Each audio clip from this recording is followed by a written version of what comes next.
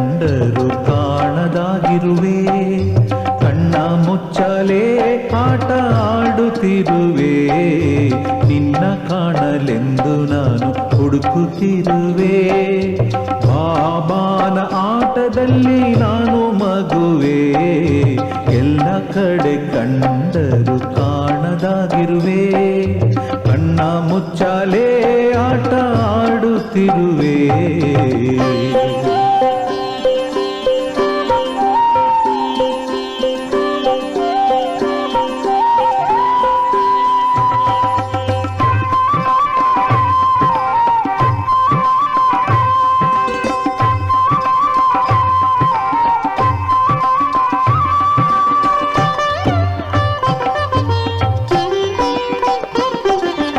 ಎಲ್ಲೆಲ್ಲೂ ಕಾಣುತ್ತಿದೆ ನಿನ್ನ ರೂಪ. ಕಂಡರೂ ಕಾಣುವುದು ಅಪರೂಪ.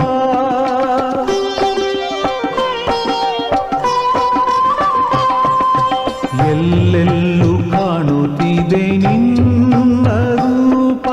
ಕಂಡರೂ ಕಾಣುವುದು ಅಪರೂಪ. ಎಲ್ಲೆಲ್ಲೂ ಬೆಳಗುತ್ತಿದೆ ನಿನ್ನ ದೀಪ. ಬೆಳಕನ್ನು ಹಿಡಿಯುವುದೇ ಪುಟ್ಟ ಪಾಪ. ಎಲ್ಲ ಕಡೆ ಕಂಡರೂ ಕಾಣದಾಗಿರುವೆ. ಕಣ್ಣ ಮುಚ್ಚಾಲೆ ಆಟ ಆಡುತ್ತಿರುವೆ.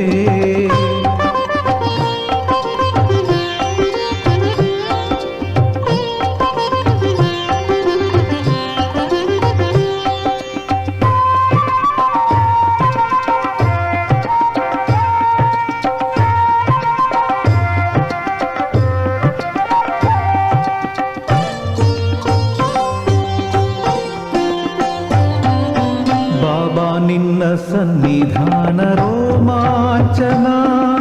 ಬಾಬಾ ನಿನ್ನ ಕರೆಯೇ ವೇಣುಗಾನ.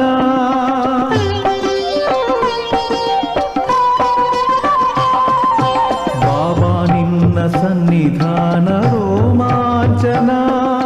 ಬಾಬಾ ನಿನ್ನ ಕರೆಯೇ ವೇಣುಗಾನ.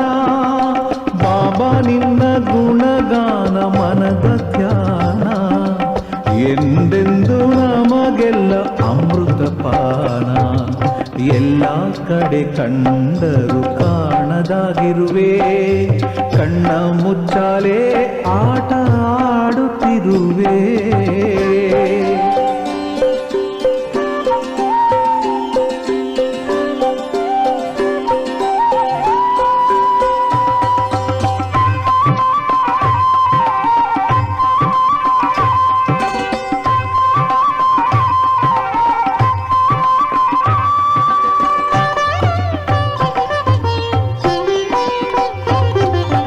ಮಧುವಿಗಿಂತ ಮಧುರ ಮಧುರ ಬಾಬಾ ಕರೆ. ಸಕ್ಕರೆಗಿಂತ ಸಿಹಿ ಸಿಹಿ ನಿನ್ನ ಅಕ್ಕರೆ.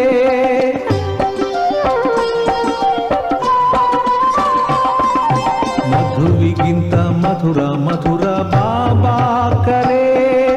ಸಕ್ಕರೆಗಿಂತ ಸಿಹಿ ಸಿಹಿ ನಿನ್ನ ಅಕ್ಕರೆ. ಬೆಳದಿಂಗಳಂಥ ಬೆಳಕು ನೀನು ನಕ್ಕರೆ. ಸ್ವರ್ಗವು ಈಧರೆ ನೀನು ಸಿಕ್ಕರೆ. ಎಲ್ಲ ಕಡೆ ಕಂಡರೂ ಕಾಣದಾಗಿರುವೆ. ಕಣ್ಣ ಮುಚ್ಚಾಲೆ ಆಟ ಆಡುತ್ತಿರುವೆ. ನಿನ್ನ ಕಾಣಲೆಂದು ನಾನು ಹುಡುಕುತ್ತಿರುವೆ. ಬಾಬಾನ ಆಟದಲ್ಲಿ ನಾನು ಮಗುವೆ. ಎಲ್ಲ ಕಡೆ ಕಂಡರೂ ಕಾಣದಾಗಿರುವೆ. ಕಣ್ಣ ಮುಚ್ಚಾಲೆ ಆಟ ಆಡುತ್ತಿರುವೆ.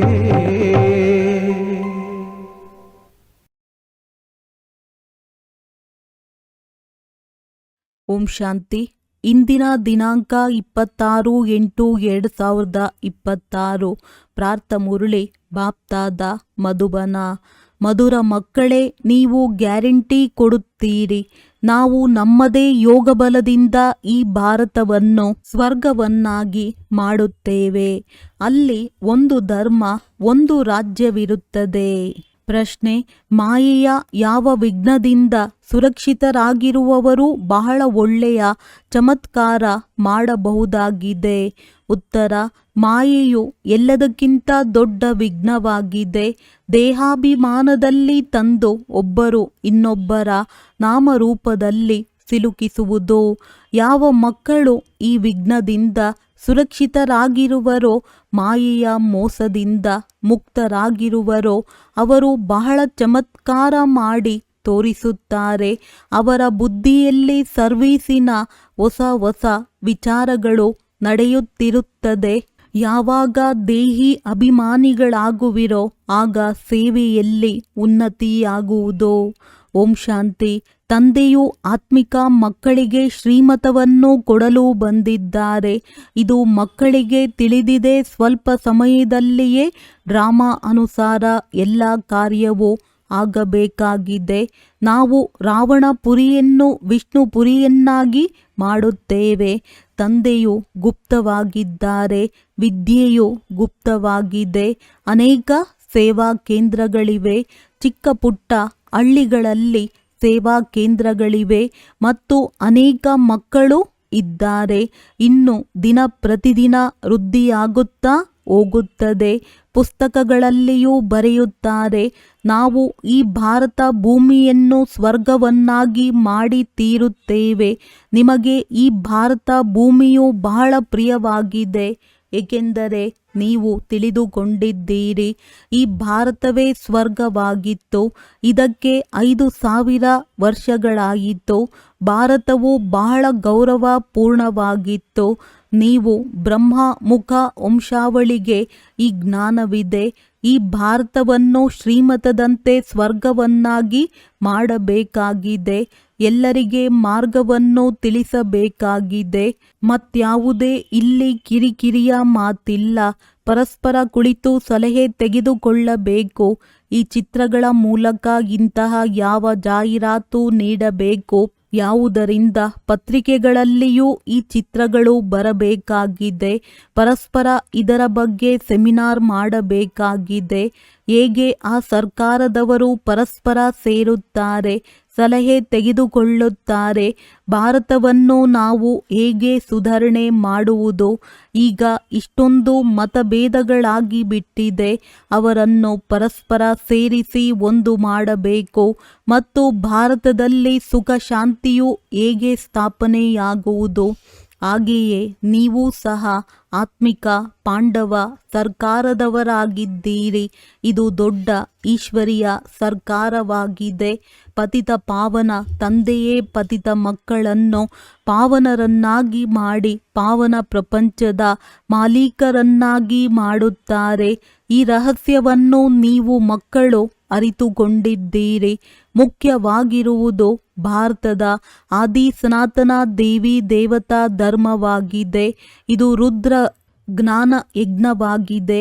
ಶಿವ ತಂದೆಗೆ ರುದ್ರನೆಂದು ಈಗ ತಂದೆಯು ಬಂದು ನಿಮ್ಮನ್ನು ಜಾಗೃತಗೊಳಿಸಿದ್ದಾರೆ. ಮತ್ತೆ ನೀವು ಅನ್ಯರನ್ನು ಜಾಗೃತಗೊಳಿಸಬೇಕಾಗಿದೆ. ಡ್ರಾಮಾ ಪ್ಲಾನ್ ಅನುಸಾರ ನೀವು ಜಾಗೃತರಾಗುತ್ತಾ ಇರುತ್ತೀರಿ. ಇಲ್ಲಿಯವರೆಗೆ ಯಾರ್ಯಾರು ಎಂತೆಂತಹ ಪುರುಷಾರ್ಥ ಮಾಡಿದ್ದಾರೆಯೋ ಕಲ್ಪದ ಮೊದಲು ಅಷ್ಟೇ ಮಾಡಿದ್ದರು. ನಿಮ್ಮದ್ದು ಆತ್ಮಿಕ ಯುದ್ಧವಾಗಿದೆ. ಕೆಲವೊಮ್ಮೆ ಮಾಯೆಯ ಪ್ರಭಾವವು ಹೆಚ್ಚಾಗುತ್ತದೆ, ಕೆಲವೊಮ್ಮೆ ಈಶ್ವರನದ್ದು ಹೆಚ್ಚಾಗುತ್ತದೆ. ಕೆಲವೊಮ್ಮೆ ಸೇವೆಯು ಬಹಳ ತೀವ್ರವಾಗಿ ನಡೆಯುತ್ತದೆ. ಕೆಲವೊಮ್ಮೆ ಕೆಲವು ಮಕ್ಕಳಲ್ಲಿ ಮಾಯೆಯ ವಿಘ್ನಗಳು ಬೀಳುತ್ತವೆ. ಮಾಯೆಯು ಒಮ್ಮೆಲೆ ಮೂರ್ಛಿತರನ್ನಾಗಿ ಮಾಡಿಬಿಡುತ್ತದೆ. ಯುದ್ಧದ ಮೈದಾನವಲ್ಲವೇ? ಮಾಯೆಯು ರಾಮನ ಸಂತಾನರನ್ನು ಮೂರ್ಛಿತಗೊಳಿಸುತ್ತದೆ. ಲವಕುಶರ ಕಥೆಯೂ ಇದೆಯಲ್ಲವೇ? ರಾಮನಿಗೆ 2 ಮಕ್ಕಳನ್ನು ತೋರಿಸುತ್ತಾರೆ. ಇಲ್ಲಂತೂ ತಂದೆಗೆ ಅನೇಕ ಮಕ್ಕಳಿದ್ದಾರೆ. ಈ ಸಮಯದಲ್ಲಿ ಎಲ್ಲ ಮನುಷ್ಯರು ಕುಂಭಕರ್ಣನ ನಿದ್ರೆಯಲ್ಲಿ ನಿದ್ರಿಸುತ್ತಿದ್ದಾರೆ. ಅವರಿಗೂ ಇದು ಸಹ ತಿಳಿದಿಲ್ಲ. ಪರಮಪಿತ ಪರಮಾತ್ಮನು ಮಕ್ಕಳಿಗೆ ಆಸ್ತಿಯನ್ನು ಕೊಡಲು ಬಂದಿದ್ದಾರೆ. ತಂದೆಯು ಭಾರತದಲ್ಲಿಯೇ ಬರುತ್ತಾರೆ. ಈ ಮಾತನ್ನು ಸಂಪೂರ್ಣ ಮರೆತು ಹೋಗಿದ್ದಾರೆ. ಭಾರತವಾಸಿಗಳೇ ಸ್ವರ್ಗದ ಮಾಲೀಕರಾಗಿದ್ದರು. ಇದರಲ್ಲಿ ಯಾವುದೇ ಸಂಶಯವಿಲ್ಲ. ಪರಮಪಿತ ಪರಮಾತ್ಮನ ಜನ್ಮವು ಇಲ್ಲಿಯೇ ಆಗುತ್ತದೆ. ಆದ್ದರಿಂದ ಭಾರತದಲ್ಲಿ ಶಿವ ಜಯಂತಿಯನ್ನು ಆಚರಿಸುತ್ತಾರೆ. ಅಂದ ಮೇಲೆ ಅವಶ್ಯವಾಗಿ ಅವರು ಬಂದು ಏನಾದರೂ ಮಾಡಿರಬೇಕು. ಬುದ್ಧಿಯು ಹೇಳುತ್ತದೆ, ಅವಶ್ಯವಾಗಿ ತಂದೆಯು ಬಂದು ಸ್ವರ್ಗದ ಸ್ಥಾಪನೆ ಮಾಡಿರುವರು. ಪ್ರೇರಣೆಯಿಂದ ಸ್ಥಾಪನೆ ಮಾಡಿರುವುದಿಲ್ಲ. ಇಲ್ಲಂತೂ ನೀವು ಮಕ್ಕಳಿಗೆ ರಾಜಯೋಗವನ್ನು ಕಲಿಸಲಾಗುತ್ತದೆ, ನೆನಪಿನ ಯಾತ್ರೆಯನ್ನು ಕಲಿಸಲಾಗುತ್ತದೆ. ಪ್ರೇರಣೆಯಿಂದ ಯಾವುದೇ ಶಬ್ದವೂ ಕೇಳಿ ಬರುವುದಿಲ್ಲ. ಶಂಕರನು ಪ್ರೇರಣೆಯಿಂದ ವಿನಾಶ ಮಾಡುತ್ತಾನೆಂದು ತಿಳಿಯುತ್ತಾರೆ. ಆದರೆ ಇದರಲ್ಲಿ ಪ್ರೇರಣೆಯ ಮಾತಿಲ್ಲ. ನೀವೀಗ ತಿಳಿದುಕೊಂಡಿದ್ದೀರಿ, ಡ್ರಾಮಾದಲ್ಲಿ ಅಣ್ವಸ್ತ್ರಗಳನ್ನು ತಯಾರಿಸುವುದೇ ಅವರ ಪಾತ್ರವಿದೆ. ಅವರು ವಿನಾಶಕ್ಕಾಗಿ ನಿಮಿತ್ತರಾಗಿದ್ದಾರೆ. ಪ್ರೇರಣೆಯು ಶಾಸ್ತ್ರಗಳ ಶಬ್ದವಾಗಿದೆ. ಇದರಲ್ಲಿ ಶಂಕರನು ಸೂಕ್ಷ್ಮ ವತನದಲ್ಲಿರುತ್ತಾರೆ. ಡ್ರಾಮಾ ಅನುಸಾರ ವಿನಾಶವಾಗಲೇಬೇಕಾಗಿದೆ. ಮಹಾಭಾರತ ಯುದ್ಧದಲ್ಲಿ ಈ ಅಣ್ವಸ್ತ್ರಗಳೆಲ್ಲವನ್ನು ಉಪಯೋಗಿಸಿದ್ದರು ಎಂದು ಗಾಯನವಿದೆ. ಯಾವುದು ಕಳೆದು ಹೋಗಿದೆಯೋ ಅದು ಮತ್ತೆ ಪುನರಾವರ್ತನೆಯಾಗುವುದು. ನೀವು ಗ್ಯಾರಂಟಿ ಕೊಡುತ್ತೀರಿ, ನಾವು ಯೋಗಬಲದಿಂದ ಸ್ವರ್ಗದ ಸ್ಥಾಪನೆ ಮಾಡುತ್ತೇವೆ. ಅಲ್ಲಿ ಒಂದು ಧರ್ಮವಿರುವುದು. ಮತ್ತೆಲ್ಲ ಧರ್ಮಗಳು ಎಲ್ಲಿರುತ್ತವೆ? ಅವಶ್ಯವಾಗಿ ವಿನಾಶವಾಗಿ ಬಿಡುತ್ತವೆ. ಇದು ತಿಳಿದುಕೊಳ್ಳುವ ಮಾತಾಗಿವೆ. ಬ್ರಹ್ಮನ ಮೂಲಕ ಸ್ಥಾಪನೆ ಎಂದು ಗಾಯನವಿದೆ. ವಿಷ್ಣುವಿನ ಮೂಲಕ ಪಾಲನೆಯಂತೂ ಸರಿಯಾಗಿದೆ. ಆದರೆ ಶಂಕರನನ್ನು ಶಿವನ ಪೂಜೆ ಜೊತೆ ಸೇರಿಸಿ ಬಿಟ್ಟಿದ್ದಾರೆ. ಇದು ತಪ್ಪಾಗಿದೆ. ಶಿವಶಂಕರನೆಂದು ಹೇಳಿಬಿಡುತ್ತಾರೆ. ಏಕೆಂದರೆ ಶಂಕರನು ಯಾವುದೇ ಕಾರ್ಯವನ್ನು ಮಾಡುವುದಿಲ್ಲ. ಆದರೆ ಶಿವ ತಂದೆಯು ತಿಳಿಸುತ್ತಾರೆ, ನಾನಂತೂ ಬಹಳ ಕೆಲಸವನ್ನು ಮಾಡಬೇಕಾಗುತ್ತದೆ, ಎಲ್ಲರನ್ನು ಪಾವನ ಮಾಡಬೇಕಾಗುತ್ತದೆ. ನಾನು ಈ ಬ್ರಹ್ಮರವರ ತನುವಿನಲ್ಲಿ ಪ್ರವೇಶ ಮಾಡಿ ಈ ಸಾಕಾರದ ಮೂಲಕ ಕಾರ್ಯ ಮಾಡಿಸುತ್ತೇನೆ. ಶಂಕರನ ಪಾತ್ರವೇನೂ ಇಲ್ಲ. ಶಿವನ ಪೂಜೆಯೂ ನಡೆಯುತ್ತದೆ. ಶಿವನೇ ಕಲ್ಯಾಣಕಾರಿ ಜೋಳಿಗೆಯನ್ನು ತುಂಬಿಸುವವರಾಗಿದ್ದಾರೆ. ಶಿವ ಪರಮಾತ್ಮಾಯೇ ನಮಃ ಎಂದು ಹೇಳುತ್ತಾರಲ್ಲವೇ? ಈ ಬ್ರಹ್ಮನೂ ಸಹ ಪ್ರಜಾಪಿತನಾದರು. ಬ್ರಹ್ಮನಿಂದ ವಿಷ್ಣು, ವಿಷ್ಣುವಿನಿಂದ ಬ್ರಹ್ಮ, ಇವು ಬಹಳ ಗುಹ್ಯ ಮಾತುಗಳಾಗಿವೆ. ಇದನ್ನು ಕೇವಲ ನೀವು ಮಕ್ಕಳೇ ತಿಳಿದುಕೊಂಡಿದ್ದೀರಿ. ಬುದ್ಧಿವಂತ ಮಕ್ಕಳ ಬುದ್ಧಿಯಲ್ಲಿ ಜ್ಞಾನವು ಬಹುಬೇಗನೆ ಅರ್ಥವಾಗುತ್ತದೆ. ಪತಿತ ಪಾವನ ತಂದೆಯು ಯಾವಾಗ ಬರುತ್ತಾರೆಂದು ಮನುಷ್ಯರಿಗೇನೂ ತಿಳುವಳಿಕೆ ಇಲ್ಲ. ಈಗಂತೂ ಕಲಿಯುಗದ ಅಂತ್ಯವಾಗಿದೆ. ಒಂದು ವೇಳೆ ಕಲಿಯುಗದ ಅಂತ್ಯಕ್ಕೆ ಇನ್ನೂ 40,000 ವರ್ಷಗಳಿದೆ ಎಂದು ಹೇಳುವುದಾದರೆ ಇನ್ನೆಷ್ಟು ಪತಿತರಾಗುವರು, ಎಷ್ಟು ದುಃಖವನ್ನು ಸಹನೆ ಮಾಡುವರು. ಕಲಿಯುಗದಲ್ಲಿ ಸುಖವಿರುವುದೇ ಇಲ್ಲ. ಏನನ್ನೂ ಅರಿತುಕೊಂಡಿರದ ಕಾರಣ ಘೋರ ಅಂಧಕಾರದಲ್ಲಿದ್ದಾರೆ. ನೀವು ಮಕ್ಕಳು ಪರಸ್ಪರ ಸೇರಿ ಹೇಗೆ ಸರ್ವೀಸನ್ನು ವೃದ್ಧಿಪಡಿಸಬೇಕೆಂದು ಸಲಹೆ ತೆಗೆದುಕೊಳ್ಳಬೇಕು. ತಂದೆಯು ಯುಕ್ತಿಯನ್ನಂತೂ ತಿಳಿಸುತ್ತಾ ಇರುತ್ತಾರೆ. ಮಕ್ಕಳು ಪರಸ್ಪರ ಸೇರಬೇಕಾಗಿದೆ. ಚಿತ್ರಗಳ ಬಗ್ಗೆ ಚೆನ್ನಾಗಿ ತಿಳಿಸಬೇಕಾಗಿದೆ. ಡ್ರಾಮಾ ಅನುಸಾರ ಚಿತ್ರಗಳು ತಯಾರಾಗುತ್ತಿವೆ. ಮಕ್ಕಳಿಗೆ ತಿಳಿದಿದೆ, ಯಾವ ಯಾವ ಸಮಯವು ಕಳೆಯುತ್ತಾ ಹೋಗುತ್ತದೆಯೋ ಅದು ಹಾಗೆಯೇ ನಾಟಕವು ನಡೆಯುತ್ತಾ ಇರುತ್ತದೆ. ಮಕ್ಕಳ ಸ್ಥಿತಿಯು ಕೆಲವೊಮ್ಮೆ ಮೇಲೆ, ಕೆಲವೊಮ್ಮೆ ಕೆಳಗೆ ಇದು ನಡೆಯುತ್ತಾ ಇರುವುದು. ತಂದೆಯೂ ಸಹ ಸಾಕ್ಷಿಯಾಗಿ ನೋಡುತ್ತಾರೆ. ಕೆಲವೊಮ್ಮೆ ಮಕ್ಕಳ ಮೇಲೆ ಗ್ರಹಚಾರಿ ಕುಳಿತುಕೊಳ್ಳುತ್ತದೆ ಎಂದರೆ ಅದನ್ನು ಅಳಿಸುವುದಕ್ಕಾಗಿ ಪ್ರಯತ್ನ ಪಡುತ್ತಾರೆ. ತಂದೆಯು ಪದೇ ಪದೇ ತಿಳಿಸುತ್ತಾರೆ, ತಂದೆಯನ್ನು ನೆನಪು ಮಾಡಿರಿ. ಆದರೆ ದೇಹಾಭಿಮಾನದಲ್ಲಿ ಬರುವ ಕಾರಣ ಪೆಟ್ಟು ತಿನ್ನುತ್ತಾರೆ. ಇದರಲ್ಲಿ ದೇಹಿ ಅಭಿಮಾನಿ ಯಾಗಬೇಕಾಗಿದೆ. ಆದರೆ ಮಕ್ಕಳಲ್ಲಿ ಬಹಳ ದೇಹಾಭಿಮಾನವಿದೆ. ನೀವು ದೇಹಿ ಅಭಿಮಾನಿಯಾಗಿರಿ. ಆಗ ತಂದೆಯ ನೆನಪು ಇರುವುದು ಮತ್ತು ಸರ್ವೀಸಿನ ಉನ್ನತಿಯೂ ಆಗುತ್ತಿರುವುದು. ಯಾರು ಶ್ರೇಷ್ಠ ಪದವಿಯನ್ನು ಪಡೆಯಬೇಕಾಗಿದೆಯೋ ಅವರು ಸದಾ ಸೇವೆಯಲ್ಲಿ ತೊಡಗಿರುತ್ತಾರೆ. ಒಂದು ವೇಳೆ ಅದೃಷ್ಟದಲ್ಲಿಲ್ಲವೆಂದರೆ ಪುರುಷಾರ್ಥವನ್ನು ಮಾಡುವುದಿಲ್ಲ. ಬಾಬಾ ನಮಗೆ ಧಾರಣೆಯಾಗುವುದಿಲ್ಲ, ಬುದ್ಧಿಯಲ್ಲಿ ಕುಳಿತುಕೊಳ್ಳುವುದಿಲ್ಲವೆಂದು ತಾವೇ ಹೇಳುತ್ತಾರೆ. ಒಂದು ವೇಳೆ ಧಾರಣೆಯಾಗುವುದಿಲ್ಲವೆಂದರೆ ಖುಷಿಯೂ ಇರುವುದಿಲ್ಲ. ಯಾರಿಗೆ ಧಾರಣೆಯಾಗುವುದೋ ಅವರಿಗೆ ಖುಷಿಯೂ ಇರುತ್ತದೆ. ಶಿವತಂದೆಯು ಬಂದಿದ್ದಾರೆಂಬುದನ್ನು ತಿಳಿದುಕೊಳ್ಳುತ್ತಾರೆ. ತಂದೆಯು ತಿಳಿಸುತ್ತಾರೆ, ಮಕ್ಕಳೇ, ನೀವು ಬಹಳ ಚೆನ್ನಾಗಿ ತಿಳಿದುಕೊಂಡು ಅನ್ಯರಿಗೂ ತಿಳಿಸಿರಿ. ಕೆಲವರಂತೂ ಸರ್ವೀಸಿನಲ್ಲಿ ತೊಡಗುತ್ತಾರೆ, ಪುರುಷಾರ್ಥ ಮಾಡುತ್ತಾ ಇರುತ್ತಾರೆ. ನೀವು ಮಕ್ಕಳು ತಿಳಿದುಕೊಂಡಿದ್ದೀರಿ, ಯಾವ ಕ್ಷಣವು ಕಳೆಯುತ್ತದೆಯೋ ಅದು ಡ್ರಾಮಾದಲ್ಲಿ ನಿಗದಿಯಾಗಿದೆ. ಮತ್ತೆ ಹಾಗೆಯೇ ಪುನರಾವರ್ತನೆಯಾಗುತ್ತದೆ. ಮಕ್ಕಳಿಗೆ ತಿಳಿಸಲಾಗುತ್ತದೆ. ಹೊರಗಡೆ ಭಾಷಣ ಮಾಡುವ ಸಮಯದಲ್ಲಂತೂ ಅನೇಕ ಪ್ರಕಾರದ ಮನುಷ್ಯರು ಬರುತ್ತಾರೆ. ನೀವು ಮಕ್ಕಳು ತಿಳಿದುಕೊಂಡಿದ್ದೀರಿ. ಎಲ್ಲ ವೇದ, ಶಾಸ್ತ್ರ, ಗೀತೆ ಮೊದಲಾದುದರ ಮೇಲೆ ಭಾಷಣ ಮಾಡುತ್ತಾರೆ. ಆದರೆ ಅವರಿಗೆ ಇಲ್ಲಿ ಈಶ್ವರನು ತನ್ನ ಮತ್ತು ರಚನೆಯ ಆದಿ, ಮಧ್ಯ, ಅಂತ್ಯದ ರಹಸ್ಯವನ್ನು ತಿಳಿಸುತ್ತಾರೆಂಬುದು ತಿಳಿದೇ ಇಲ್ಲ. ಚಿತ್ರಗಳಲ್ಲಿ ಪರಮಾತ್ಮನು ಯಾರೆಂಬುದನ್ನು ಎಷ್ಟು ಚೆನ್ನಾಗಿ ತೋರಿಸಿದ್ದಾರೆ. ಈ ಚಿತ್ರಗಳ ಬಗ್ಗೆ ಪ್ರೊಜೆಕ್ಟರ್ನಲ್ಲಿ ತಿಳಿಸಲು ಸಾಧ್ಯವಿಲ್ಲ.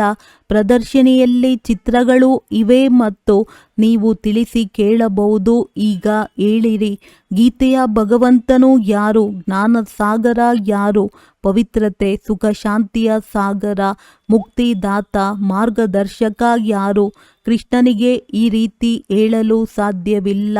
ಪರಮಾತ್ಮನ ಮಹಿಮೆಯೇ ಬೇರೆ ಇದೆ. ಮೊದಲು ಬರೆಸಬೇಕು, ಅಭಿಪ್ರಾಯವನ್ನು ತೆಗೆದುಕೊಳ್ಳಬೇಕು, ಎಲ್ಲರಿಂದ ಸಹಿಯನ್ನು ತೆಗೆದುಕೊಳ್ಳಬೇಕಾಗಿದೆ. ಹಾಲ್ನಲ್ಲಿ ಪಕ್ಷಿಗಳು ಒಡೆದಾಡುತ್ತಿವೆ. ಈ ಸಮಯದಲ್ಲಿ ಇಡೀ ಪ್ರಪಂಚದಲ್ಲಿ ಜಗಳ, ಕಲಹವೇ ಇದೆ. ಎಲ್ಲರೂ ಪರಸ್ಪರ ಒಡೆದಾಡುತ್ತಾ ಇರುತ್ತಾರೆ. ಮನುಷ್ಯರಲ್ಲಿಯೇ ಪಂಚವಿಕಾರಗಳ ಗಾಯನವಿದೆ. ಪ್ರಾಣಿಗಳ ಮಾತಿಲ್ಲ. ಮನುಷ್ಯರಿಗಾಗಿಯೇ ವಿಕಾರಿ ಪ್ರಪಂಚ, ನಿರ್ವಿಕಾರಿ ಪ್ರಪಂಚದ ಗಾಯನವಿದೆ. ಕಲಿಯುಗದಲ್ಲಿ ಆಸುರಿ ಸಂಪ್ರದಾಯ, ಸತ್ಯಯುಗದಲ್ಲಿ ದೈವಿ ಸಂಪ್ರದಾಯವಿದೆ. ಮನುಷ್ಯರು ಇಷ್ಟು ತಮೋ ಪ್ರಧಾನ ಬುದ್ಧಿಯವರಾಗಿದ್ದಾರೆ. ನಾವು ಆಸುರಿ ಸಂಪ್ರದಾಯದವರಾಗಿದ್ದೇವೆ ಎಂದು ತಿಳಿದುಕೊಳ್ಳುವುದೇ ಇಲ್ಲ. ದೇವತೆಗಳ ಮುಂದೆ ಹೋಗಿ ನಾವು ನೀಚರು, ಪಾಪಿಗಳಾಗಿದ್ದೇವೆ, ನಾನು ನಿರ್ಗುಣನಲ್ಲಿ ಯಾವುದೇ ಗುಣವಿಲ್ಲವೆಂದು ಆಡುತ್ತಾರೆ. ನೀವು ಅವರಿಗೆ ಸಿದ್ಧ ಮಾಡಿ ತಿಳಿಸಿರಿ. ಏಣಿಯ ಚಿತ್ರದಲ್ಲಿ ಬಹಳ ಸ್ಪಷ್ಟವಾಗಿದೆ. ಹೇಗೆ ಏರುವ ಕಲೆಯಾಗುತ್ತದೆ ಮತ್ತು ಇಳಿಯುವ ಕಲೆಯಾಗುತ್ತದೆ ಎಂಬುದನ್ನು ತೋರಿಸಿದ್ದಾರೆ. ಭಾರತವಾಸಿಗಳಿಗೆ ಮುಖ್ಯವಾದುದು ಏಣಿಯ ಚಿತ್ರವಾಗಿದೆ. ಇದು ಎಲ್ಲದಕ್ಕಿಂತ ಒಳ್ಳೆಯ ಚಿತ್ರವಾಗಿದೆ. ಈ ಚಿತ್ರದ ಬಗ್ಗೆ ನೀವು ಬಹಳ ಚೆನ್ನಾಗಿ ತಿಳಿಸಬಲ್ಲಿರಿ. 84 ಜನ್ಮಗಳನ್ನು ಪೂರ್ಣಗೊಳಿಸಿ ಮತ್ತೆ ಮೊದಲ ನಂಬರಿನ ಜನ್ಮವನ್ನು ತೆಗೆದುಕೊಳ್ಳಬೇಕಾಗಿದೆ. ಮತ್ತೆ ಇಳಿಯುವ ಕಲೆಯಲ್ಲಿ ಬರಬೇಕಾಗುತ್ತದೆ. ಎಲ್ಲರಿಗೆ ಹೇಗೆ ಮಾರ್ಗವನ್ನು ತಿಳಿಸಬೇಕೆಂದು ಪ್ರತಿಯೊಬ್ಬರಿಗೆ ವಿಚಾರ ನಡೆಯಬೇಕು. ವಿಚಾರ ನಡೆಯದಿದ್ದರೆ ಸರ್ವಿಸ್ ಹೇಗೆ ಮಾಡುವಿರಿ? ಚಿತ್ರಗಳ ಬಗ್ಗೆ ತಿಳಿಸುವುದು ಬಹಳ ಸಹಜವಾಗುತ್ತದೆ. ಸತ್ಯಯುಗದ ನಂತರ ಏಣಿಯನ್ನು ಇಳಿಯಲೇಬೇಕಾಗಿದೆ. ಮಕ್ಕಳಿಗೆ ತಿಳಿದಿದೆ, ನಾವೀಗ ವರ್ಗಾವಣೆಯಾಗುತ್ತಿದ್ದೇವೆ. ಆದರೆ ನೇರವಾಗಿ ಸತ್ಯಯುಗಕ್ಕೆ ಹೋಗುವುದಿಲ್ಲ. ಮೊದಲು ಶಾಂತಿಧಾಮದಲ್ಲಿ ಹೋಗಬೇಕಾಗಿದೆ. ನಾವು ಪಾತ್ರಧಾರಿಗಳಾಗಿದ್ದೇವೆ ಎಂಬುದನ್ನು ನೀವು ತಿಳಿದುಕೊಂಡಿದ್ದೀರಿ. ಬಾಕಿ ನಿಮ್ಮಲ್ಲಿಯೂ ಈ ಡ್ರಾಮಾದ ಪಾತ್ರಧಾರಿಗಳೆಂದು ತಿಳಿದುಕೊಳ್ಳುವವರು ನಂಬರ್ ವಾರ್ ಇದ್ದಾರೆ. ನಾವು ಪಾತ್ರಧಾರಿಗಳೆಂದು ಹೇಳುವವರು ಪ್ರಪಂಚದಲ್ಲಿ ಮತ್ಯಾರೂ ಇಲ್ಲ. ನಾವು ಬರೆಯುತ್ತೇವೆ, ಪ್ರತಿಯೊಬ್ಬ ಮನುಷ್ಯ ಮಾತ್ರನು ಈ ಬೇಹದ್ದಿನ ಡ್ರಾಮಾದ ಪಾತ್ರಧಾರಿಯಾಗಿದ್ದರೂ ಸಹ ಡ್ರಾಮಾದ ಮುಖ್ಯ ಪಾತ್ರಧಾರಿಗಳು ನಿರ್ದೇಶಕ ಡ್ರಾಮಾದ ಆದಿ ಮಧ್ಯ ಅಂತ್ಯವನ್ನು ತಿಳಿದುಕೊಂಡಿಲ್ಲ. ಆದ್ದರಿಂದ ಅವರು ಬುದ್ಧಿಹೀನರಾಗಿದ್ದಾರೆ. ಇದನ್ನು ಬರೆಯುವುದರಲ್ಲಿ ಏನೂ ಪರವಾಗಿಲ್ಲ. ಒಂದು ಕಿವಿಯಿಂದ ಕೇಳಿ ಇನ್ನೊಂದರಿಂದ ತೆಗೆದು ಬಿಡಬಾರದು. ಸರ್ವೀಸ್ ಮತ್ತು ಸರ್ವೀಸ್ ತಂದೆಗೆ ತಿಳಿದಿದೆ. ಮಕ್ಕಳ ಮೇಲೆ ಕೆಲವೊಮ್ಮೆ ಗ್ರಹಚಾರವು ಕುಳಿತುಕೊಳ್ಳುತ್ತದೆ. ಗ್ರಹಚಾರವು ಕುಳಿತುಕೊಂಡಾಗ ಎಷ್ಟೊಂದು ನಷ್ಟ ಉಂಟಾಗುತ್ತದೆ. ಅದನ್ನು ತಂದೆಯೂ ತಿಳಿದುಕೊಂಡಿದ್ದಾರೆ. ಸಾಹುಕಾರರು ಬಡವರಾಗಿ ಬಿಡುತ್ತಾರೆ. ಕಾರಣವಂತೂ ಇರುತ್ತದೆ ಎಲ್ಲವೇ. ಅನೇಕರಿಗೆ ತಂದೆಯು ತಿಳಿಸುತ್ತಲೂ ಇರುತ್ತಾರೆ, ಮಕ್ಕಳೇ, ನಾಮರೂಪದಲ್ಲಿ ಎಂದು ಸಿಲುಕಬೇಡಿ. ಇಲ್ಲವಾದರೆ ಮಾಯೆಯು ಹೀಗಿದೆ, ಅದು ಮೂಗನ್ನಿಡಿದು ಬೀಳಿಸುತ್ತದೆ. ಮಾಯೆಯು ಬಹಳ ಮೋಸ ಮಾಡುತ್ತದೆ. ಇಲ್ಲಿ ಪ್ರಿಯತಮ ಪ್ರಿಯತಮೆಯರಾಗಬಾರದು. ಯಾವುದೇ ವಿಕಾರಕ್ಕಾಗಿ ಅವರು ಪ್ರಿಯತಮೆಯರಾಗುವುದಿಲ್ಲ. ಕೆಲವರು ರೂಪಕ್ಕಾಗಿ ಬಲಿಯಾರಿಯಾಗುತ್ತಾರೆ. ನೀವು ತಿಳಿದುಕೊಂಡಿದ್ದೀರಿ, ಸೇವಾ ಕೇಂದ್ರಗಳಲ್ಲಿಯೂ ಇಂತಹ ಮಾಯೆಯ ವಿಘ್ನಗಳು ಬರುತ್ತವೆ. ಒಬ್ಬರು ಇನ್ನೊಬ್ಬರ ನಾಮರೂಪದಲ್ಲಿ ಸಿಲುಕುತ್ತಾರೆ. ಮಾಯೆಯು ಇಷ್ಟು ಪ್ರಬಲವಾಗಿದೆ.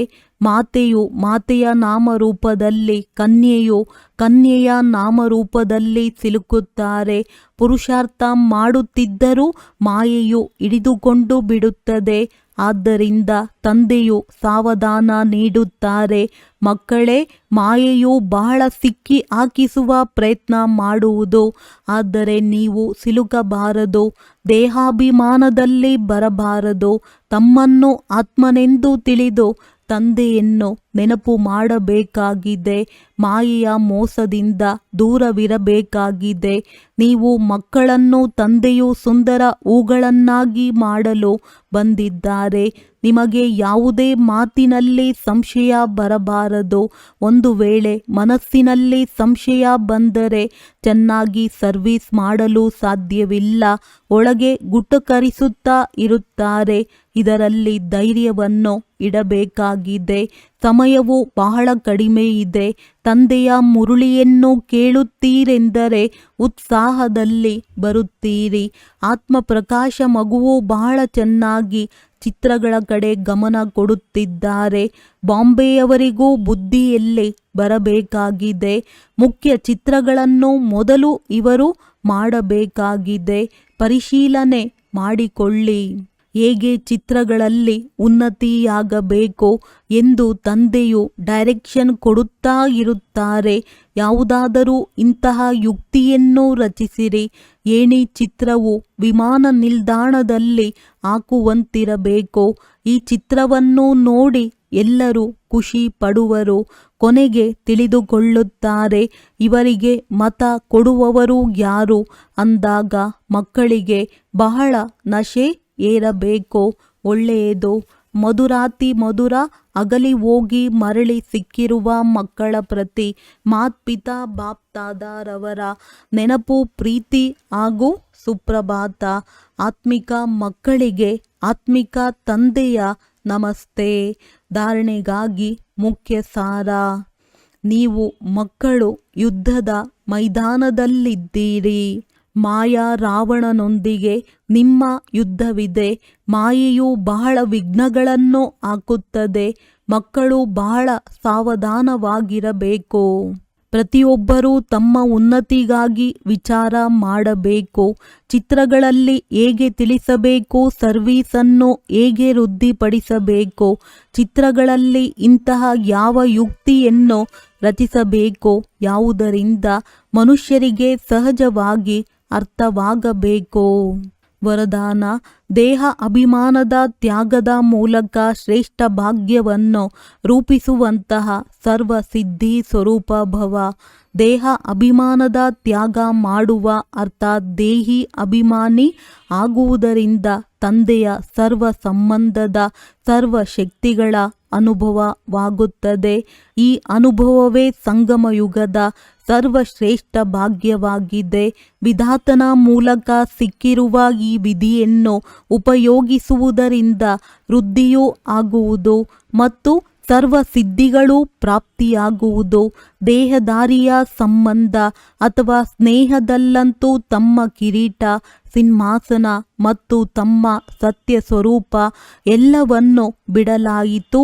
ಅಂದ ಮೇಲೆ ತಂದೆಯ ಸ್ನೇಹದಲ್ಲಿ ದೇಹ ಅಭಿಮಾನದ ತ್ಯಾಗವನ್ನು ಮಾಡಲು ಸಾಧ್ಯವಿಲ್ಲವೇ?